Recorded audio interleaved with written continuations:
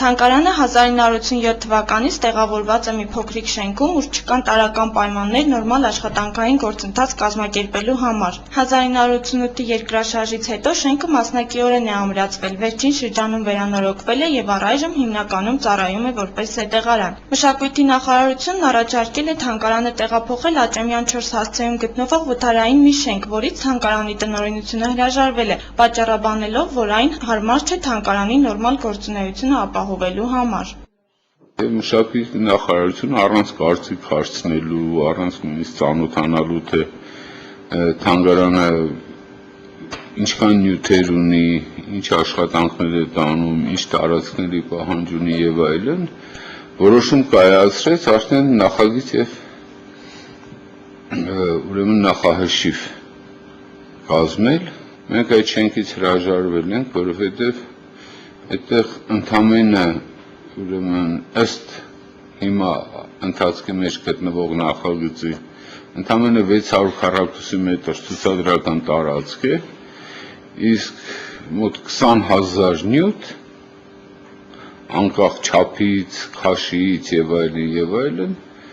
պետք է պահպանվի տանիքում։ Ստեղծված իրավիճակից դուրս գալու ելքն ըստ պարոն Խաչատրյանի որպես թանգարան նախագծված շենք կառուցելն է, որը շատ ավելի հեռանկարային է եւ մատչելի, քան որևէ վթարային շենքի ամրացումը եւ հարմարեցումը։ Այժմ չգիտեմ այդ հարցը ինչ էտապում է նախագծի իմաստով, բայց ի սկզբանե կարող եմ ասել, որ նման որոշում կայացնելով առանց հարցի մեջ խորանալու, առանց պահանջներին ծանոթանալու եւ այլն, սրանով ոչ թե թանգարանի շենքի հարց է լուծվում, այլ այդ հարցը ընդհանրապես մշակույթի նախարարությունից փաստորեն հարցը մտցրել են թակուղի։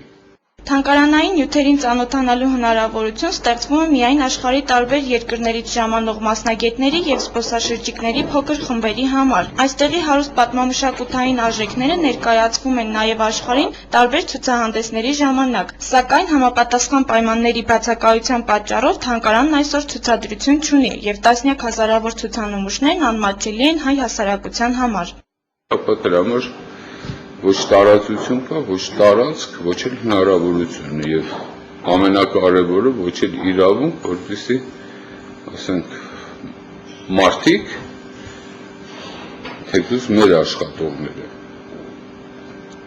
առանց ֆոնդապահի մուտք գործեն զետեղարաններ, որպեսզի գոնե մեր դպրոցականները, մեր դպրոցները